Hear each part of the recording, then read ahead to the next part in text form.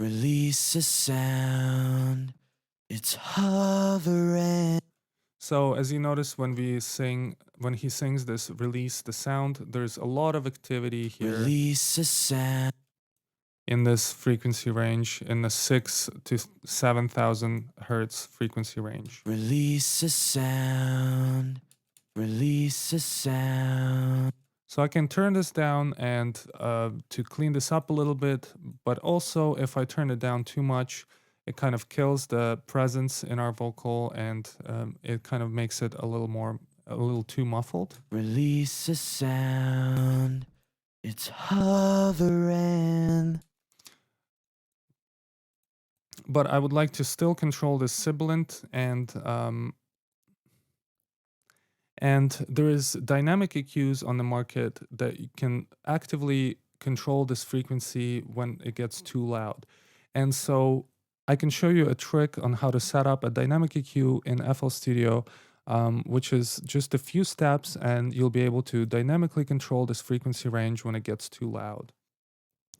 And it seems like an advanced technique at first, but we're just gonna utilize a few tools that I want you to understand how to use, and they're gonna become very useful in your mixing and your music production. And if you master how to use these tools, you'll be able to really control and shape your sounds as you're mixing down your tracks. So these tools are a fruity send, a bandpass filter on the EQ, a peak controller, and also being able to link this to different parameters in FL Studio. So as you remember, I explained how to link MIDI controllers, which is our external controllers in FL Studio, but you can also link parameters to internal controllers in FL Studio. And first we need to set up these internal controllers so that we can link to them. And so I'm going to show you how to set up a peak controller. So if you just pay attention and follow along, and feel free to rewind and try this several times. Like I said, it seems like an advanced technique, but once you go through it step by step, it's actually quite a simple technique, and you can then utilize it in your mixing. So the way we're going to set this up is we're going to use a fruity send to send this pre-fader, and we use the send to pluck the signal out of our effects rack at any point in the effects rack, and we can send it to a different insert in the mixer.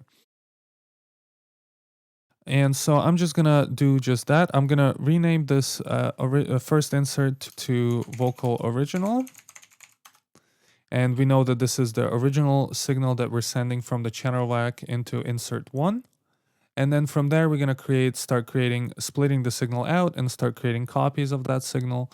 And so I'm going to set up a fruity send. I'm going to insert it right before the parametric EQ. So I move this EQ down by hovering over it with my mouse, and I'm just using this scroll wheel. So I'm just going to move this down 1 because I just need 1 slot before the EQ, and I'm going to insert our fruity send into this spot.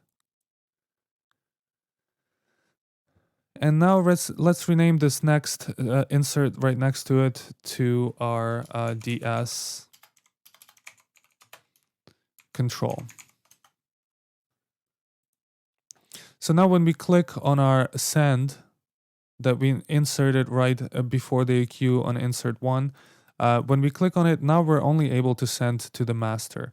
And the reason being is because we only have this routing cable now routed to the master.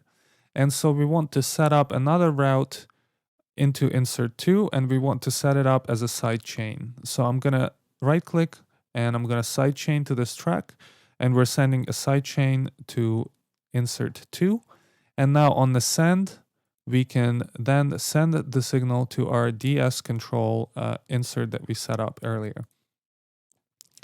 And when I press play, Release a sound. You can hear that we're sending this signal, a copy of the signal before the EQ into insert 2. And because the EQ is set into this HQ setting, it's causing us some phasing issues. So if we turn this off, release a sound. Now we fix the phasing because now there is no plugin delay on this EQ. And so if you're going to start sending copies, you just have to make sure that all your inserts are phase aligned. turning off some additional processing on this EQ, so it allows us to send this signal phase aligned into insert 2. Release a sound. And now even if I mute the original vocal, Release a sound. we're still It's sending it into insert 2. hovering. And that's the advantage of sending using a send. So if I send this just using a regular route to this track, this is a regular send. I'm gonna mute this DS control. Release a sound. When I turn this down, It's you can see that our send is also turned down. So it doesn't give us an independent control. To get independent control, we need to set up this fruity send the way I showed you earlier. And I'm going to show you how to set up this fruity send several times, so don't stress it. Even if you are kind of confused right now, just follow along, and then I'm going to show you how to set it up several times so that by the end of this class, you'll be able to send pre-fader with confidence. So let's cancel this. release. I'm going to just listen to the DS insert that we set up earlier, and I'm going to mute the original vocal. Release a sound. And in this DS insert, I'm going to set up another parametric EQ. I'm going to turn the HQ off again. I just want a really fast processing on this plugin.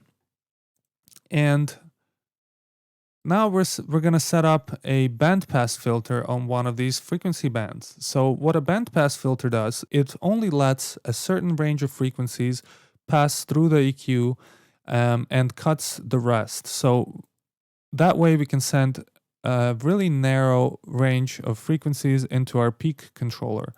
And so what I'm interested in is only letting these sibilant frequencies to pass through the EQ. So I'm going to find them. Release a sound. And I'm going to control the order of it to be quite steep because we want a narrow range. And also I'm going to turn the Q down like I showed you before. It's just to control a really narrow range of frequencies and let them pass through the EQ.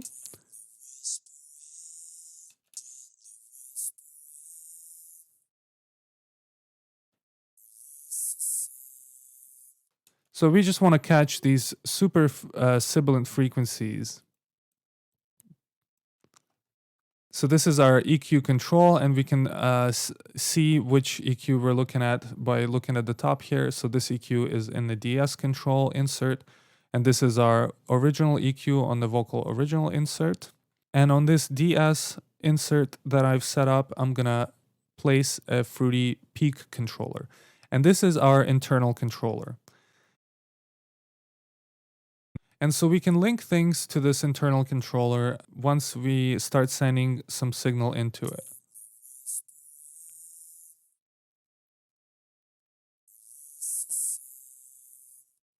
So we're just sending some of these sibilant frequencies in. So now our controller's set up. It's as easy as that. You just insert it into a channel, and now anything that's sent into this controller, we're able to link different parameters that will follow this along with this volume curve that this peak controller is reading. And I'm even gonna click this mute button here. That way we're not hearing any of these sibilant frequencies. We're literally just setting this up as a control unit. I'm not interested in hearing them. I'm just using this as a controller to start reducing this dynamically in our original vocal EQ. And so on this original vocal EQ now, I'm going to link this frequency band number 6. And if we rename the controller to make it a little bit easier to find in our list, let's quickly rename this.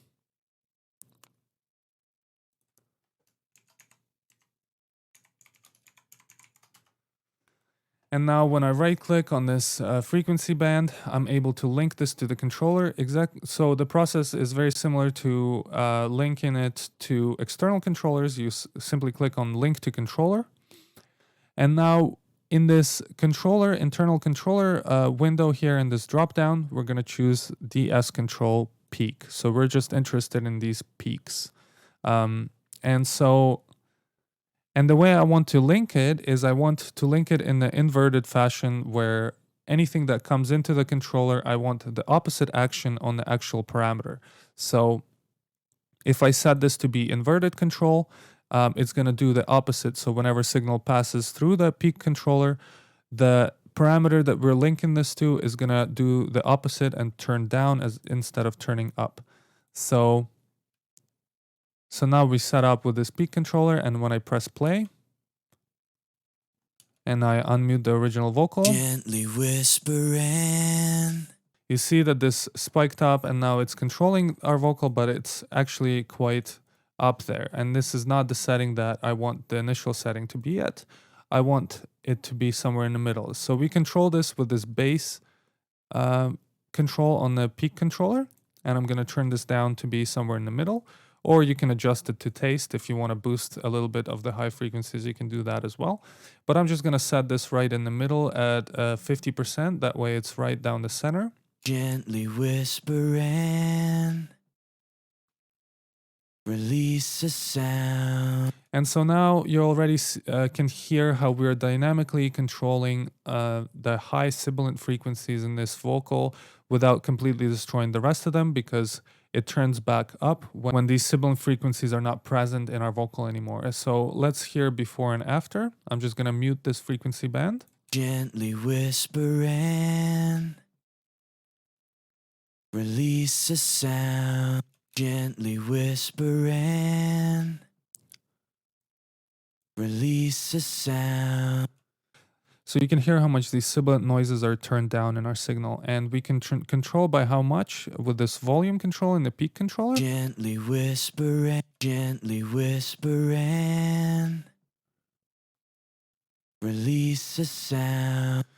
And we don't want to turn this up too aggressively because it's going to add a lisp to our singer. So we want to apply quite a gentle adjustment here. Release a sound. And with this decay control, we can control some of the jumpiness with this controller. So right now, as I play it, it's quite jittery. Gently whispering. And I can control this with the decay setting here. So if I turn this to the left. Gently whispering. Release a sound. It's smoothed out a little bit our control, but at the same time, we're still getting some of this noise that I'm not really interested in. All I want is these sibilant sounds to come through. And so what we can do is we can insert a gate, yet another chance to use a gate control. And we can insert this right before the peak controller and right after the EQ. Gently whispering. I'm going to set the threshold just above this noisy kind of part. Gently whispering. Release a sound. It's hovering. So as you can see, our controller is not shaken anymore. It's only activated whenever this sibilant frequency is passing over the threshold limit of this noise gate. Gently whispering. Release a sound. It's hovering. So now we have a dynamic de-esser on this vocal EQ. And if you listen to before and after, you can tell how much we've controlled the sibilant frequencies and still kept a lot of high frequency information in our vocal without having to completely turn it down. Release a sound. Release a sound. So it's just a clever trick to set up your dynamic EQ with using a peak controller and a bandpass filter. And we're going to go through these steps again when I show you how to control your reverb. So we can do a similar kind of trick with the reverb control as well and a fruity balance. So I'm going to show you how to do that